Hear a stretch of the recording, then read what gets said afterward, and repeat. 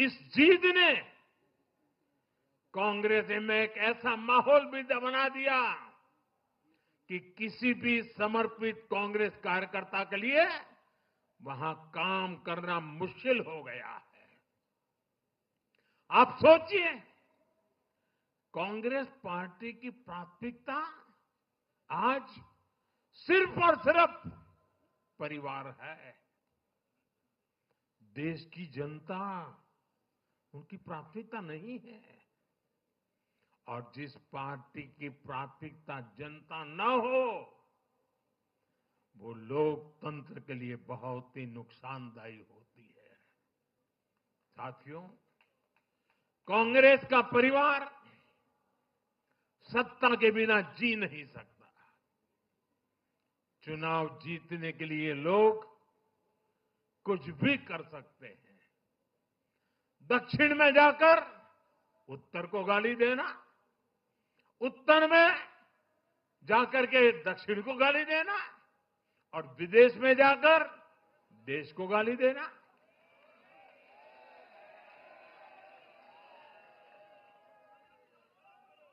और अहंकार इतना कि ना किसी का मान, ना किसी की मर्यादा, और खुलेआम झूठ बोलते रहना, हर दिन एक नया झूठ बोलते रहना। यही कांग्रेस और उसके परिवार की सच्चाई बन गई है। आज कांग्रेस का अर्बन नक्सलवाद भारत के सामने एक नई चुनौती बनकर खड़ा हो गया है। इन अर्बन नक्सलियों का रिमोट कंट्रोल देश के बाहर है और इसलिए सभी को इस अर्बन नक्सलवाद से बहुत सावधान रहना है।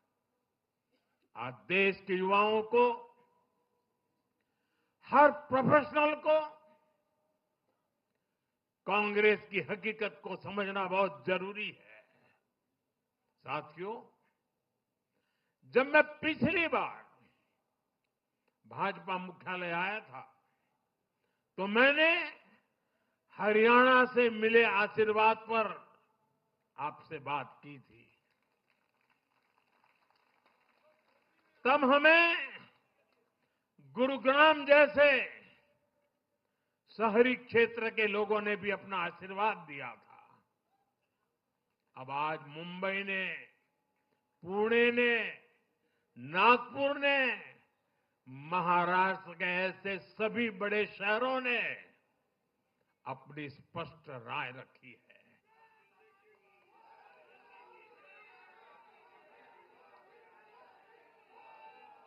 शहरी क्षेत्रों के गरीब हो,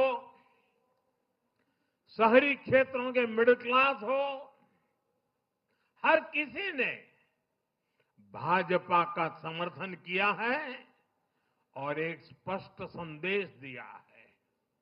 यह संदेश है आधुनिक भारत का, विश्व स्तरीय शहरों का। हमारे महानगरों ने विकास को चुना है,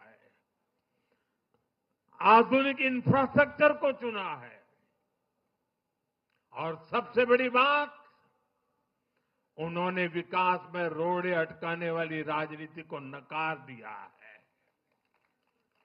आज बीजेपी हमारे शहरों में ग्लोबल स्टैंडर्ड के इंफ्रास्ट्रक्चर बनाने के लिए लगातार काम कर रही है।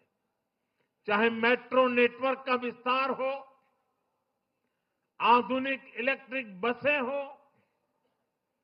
कोस्टल रोड और समृद्धि महामार्ग जैसे शानदार प्रोजेक्ट हो, एयरपोर्ट्स का आधुनिकीकरण हो, शहरों को स्वच्छ बनाने की मुहिम हो, इन सभी पर बीजेपी का बहुत ज्यादा जोर है।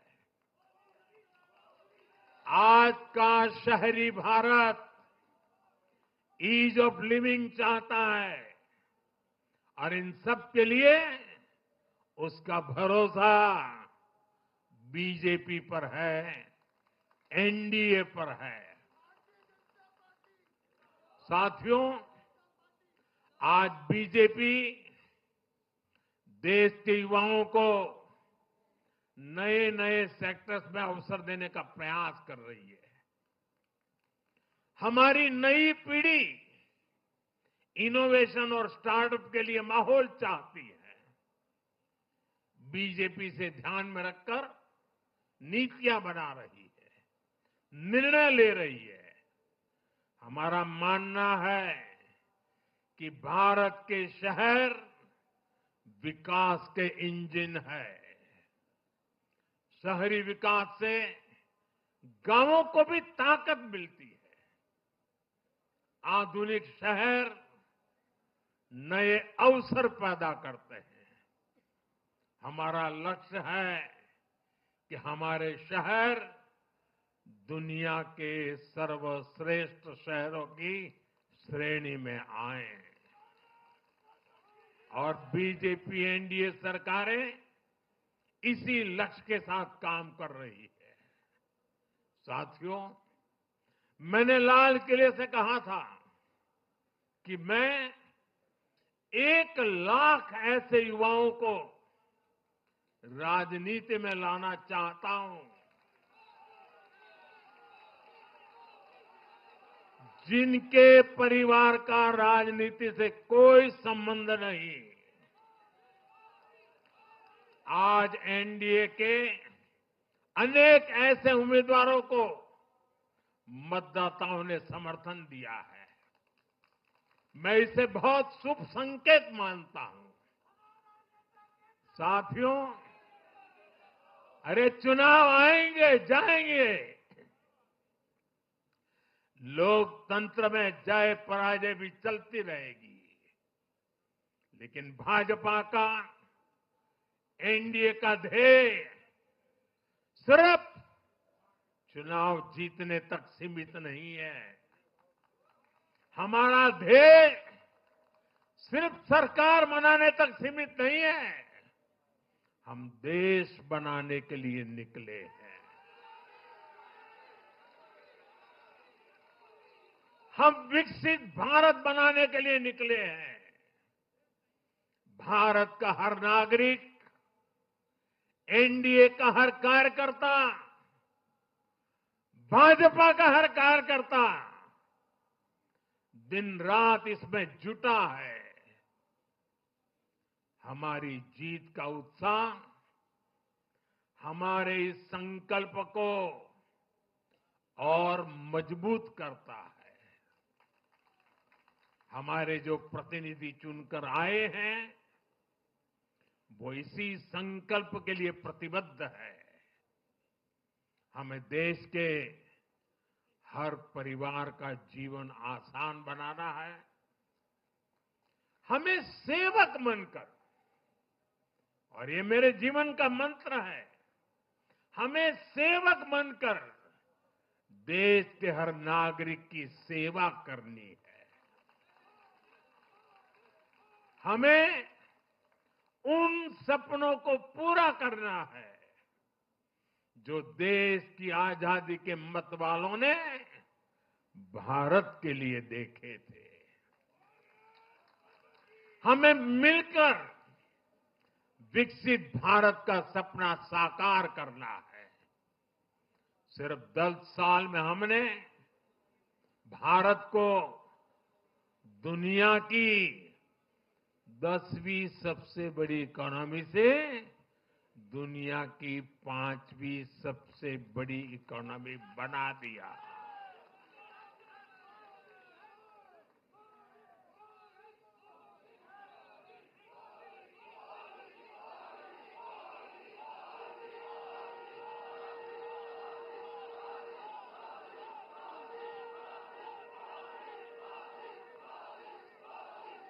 किसी को भी लगता, अरे मोदी जी 10 में से 5 पर पहुंच गए, अब तो बैठो आराम से।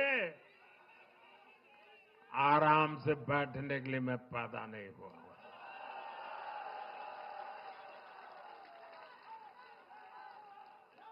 वो दिन दूर नहीं जब भारत दुनिया की तीसरी सबसे बड़ी अर्थव्यवस्था बन के रहेगा।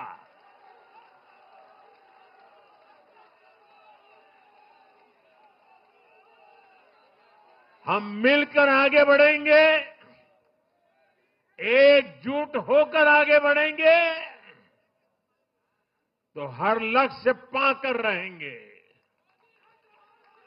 इसी भाव के साथ एक है तो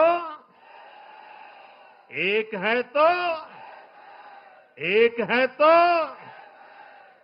मैं एक बार फिर आप सभी को बहुत बहुत बधाई देता हूं, देशवासियों को बधाई देता हूं, महाराष्ट्र के लोगों को विशेष बधाई देता हूं। मेरे साथ बोलिए भारत माता की, भारत माता की, भारत माता की, भारत माता की, भारत माता की। वंदे वंदे वंदे वंदे वंदे वंदे वंदे वंदे। बहुत बहुत धन्यवाद।